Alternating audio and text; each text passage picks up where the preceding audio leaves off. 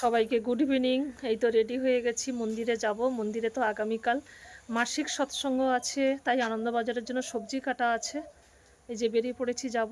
আর এই যে রানী দেখছে, রানী টাটা। এই যে রানী দেখছে, রানী টাটা। চলে আসবো তাড়াতাড়ি, চলে আসবো সোনা। উবো বট্টা, উবো বট্টা, চলে আসবো, থাকো এখানে। রানী দেখছে, দেখো আমাদের গেটের কাগজ ফুলটা একদম গেটটাকে আলো করে আছে, তাই না?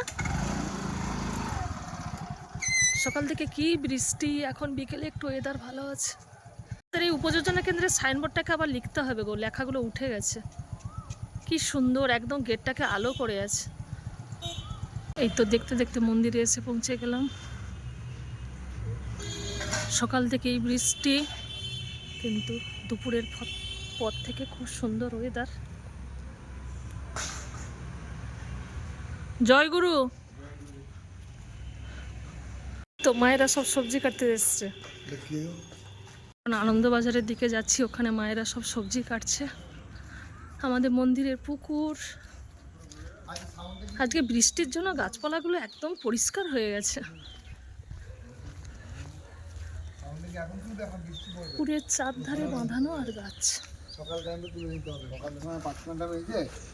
ধরেছে, দেখো।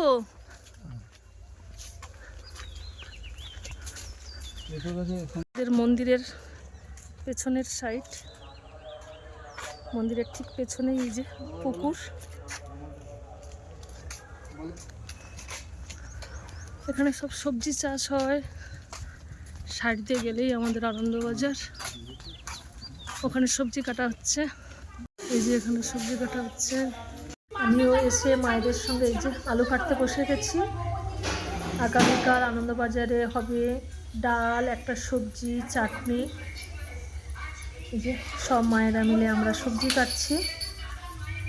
এখন 4:30 বাজে, পরপর সবাই আসছে মায়েরা। প্রার্থনার টাইম হয়ে গেছে।